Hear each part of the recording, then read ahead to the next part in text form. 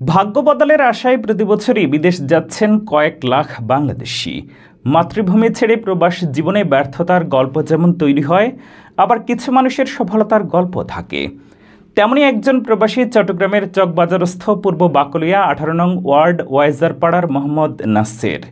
ফোরকান মাহমুদের প্রতিবেদনে থাকছে বিস্তারিত।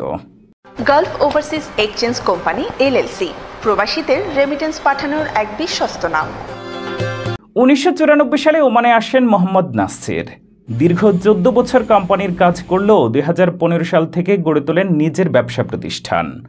বর্তমানে তার রয়েছে ছোট বড় মিলিয়ে 18টি কোম্পানি। আমি 1994 সালে ওমানে আসি।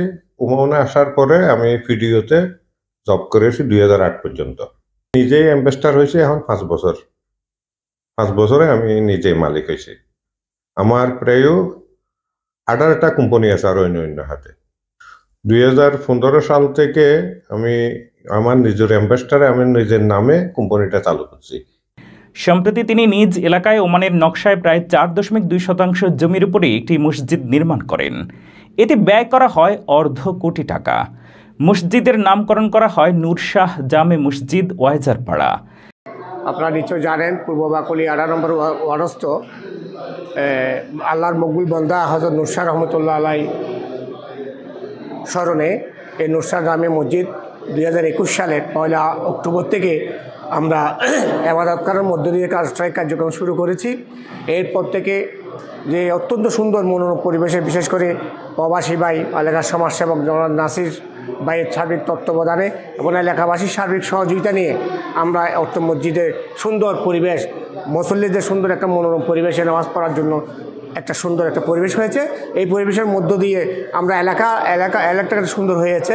আলহামদুলিল্লাহ 1000 মুসল্লির সমাগম হয় এই মসজিদে। দীর্ঘদিনের স্বপ্ন আমাদের নূর শাহ জামে মসজিদ প্রবাসী ভাই মোহাম্মদ নাসের ভাইয়ের উদ্যোগে সার্বিক আর্থিক সহযোগিতায় এলাকাবাসীর সহযোগিতায় এই মসজিদ হয়েছে আমাদের মাঝে। আমরা সবাই নাসির ভাইকে আন্তরিকভাবে মোবারকবাদ জানাই।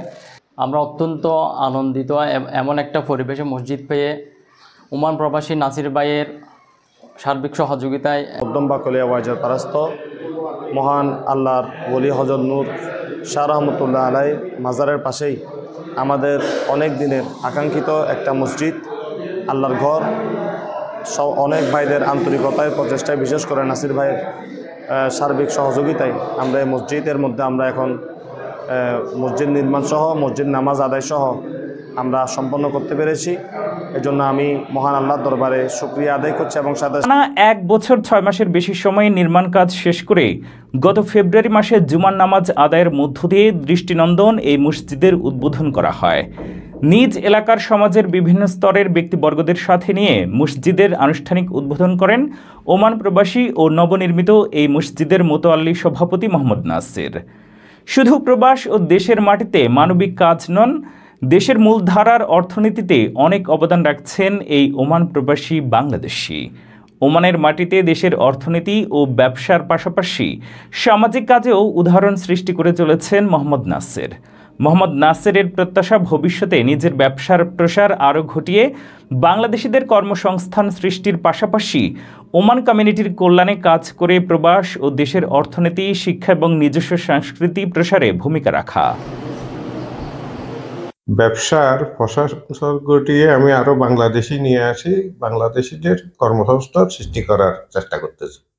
আমি ওমানের পাশাপাশি আমার দেশেও আমি উন্নয়নমূলক কাজ করতেছি।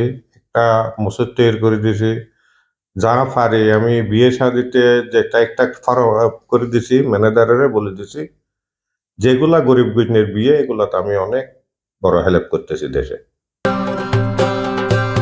ওমান প্রবাসী বাংলাদেশের কষ্টার্জিত অর্থ বৈধ চ্যানেলে দেশে প্রেরণের একমাত্র নির্ভরযোগ্য প্রতিষ্ঠান Gulf overseas exchange company LLC.